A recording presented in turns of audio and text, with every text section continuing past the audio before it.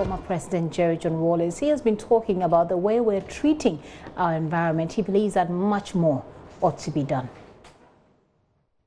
An urgent Constituent Assembly ought to be established with the necessary powers to rewrite this Constitution. Their job would involve reviewing all the constitutional clauses, especially the problematic ones, like the transitional provisions, the indemnity clause, amongst others. This will ensure that everyone is equal before the law, encouraging transparency, accountability, and responsible governance. The Constituent Assembly will hopefully embody the character of the Ghanaian people towards fashioning out a developmental agenda that is devoid of blind party allegiances and unscrupulous political promises. Our journey towards a developed nation rather ought to be an entrenched provision. In line with our, in line with our theme for this year, that is developing a national character for sustainable good governance. It is about time our developmental conversation was one that included a forward sustainable goal aimed at future generations' access to cleaner water and the environment. Our discipline of today guarantees our sustainability for tomorrow.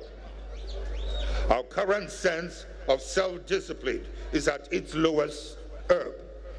Citizens do not feel responsible enough to keep their homes and communities clean. Many of us who lament about flooding during the rainy season are very guilty of the indiscretions that lead to the deadly floods. We dump refuse indiscriminately and wonder why drains choke.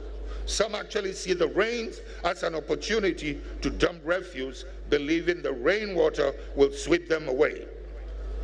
If we continue this level of lawlessness, we are bound to face more serious flood disasters.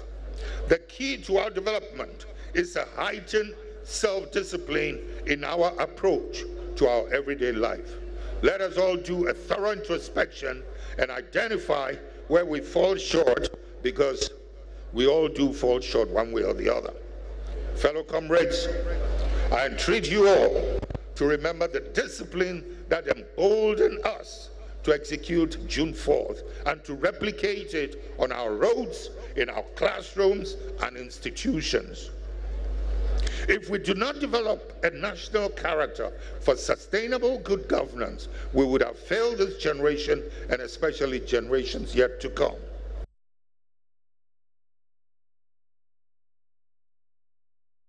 Former President John Rawlings talking about how our attitudes towards the environment is failing the next generation and asking for thorough introspection. Let's move away from that. We're still on the environment. The National Democratic Congress, the opposition National Democratic Congress, has just sent in a statement, and I'm going to read through it for you. That statement, it says that they're joining the world in marking the World Environment Day. The day is used to create global awareness and action for the protection of the environment and is celebrated on June 5 annually.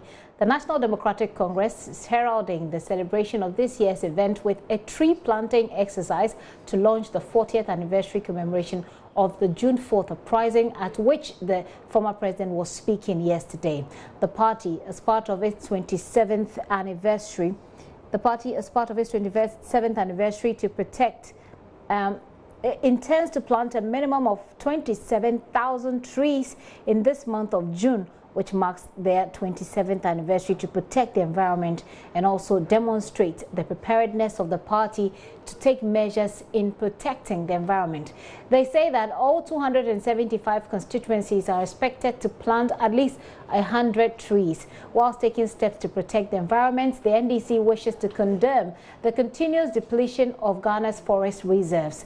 It is even more worrying that high-profile political leaders within the current government, they say, are alleged to be aiding foreigners to deplete the country's vegetation.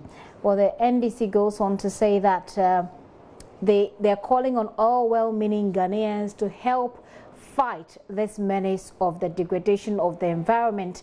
We must all insist on bequeathing a healthier environment to the next generation. Long live Ghana, long live the NDC. And this is a statement coming in from the opposition National Democratic Congress.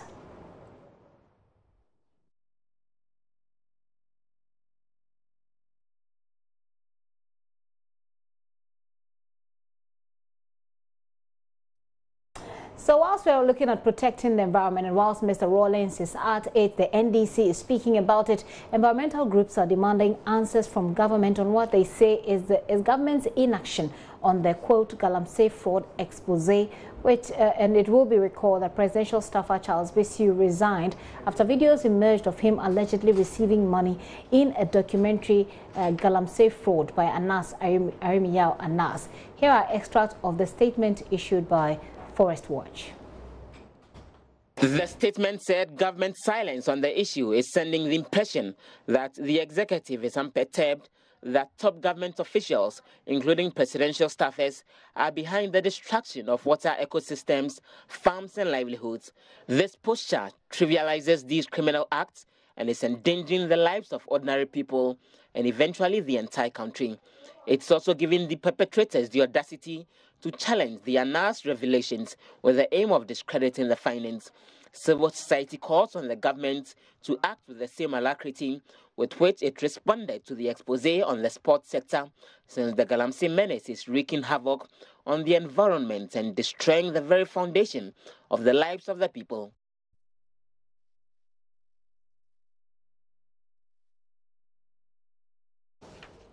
Joseph Opoku-Gakpo, the reading extracts of that statement brought through by that civil society organizations. We'll be hoping to call them on the line to get details of their concerns. But air pollution is the focus of this year's World Environment Day.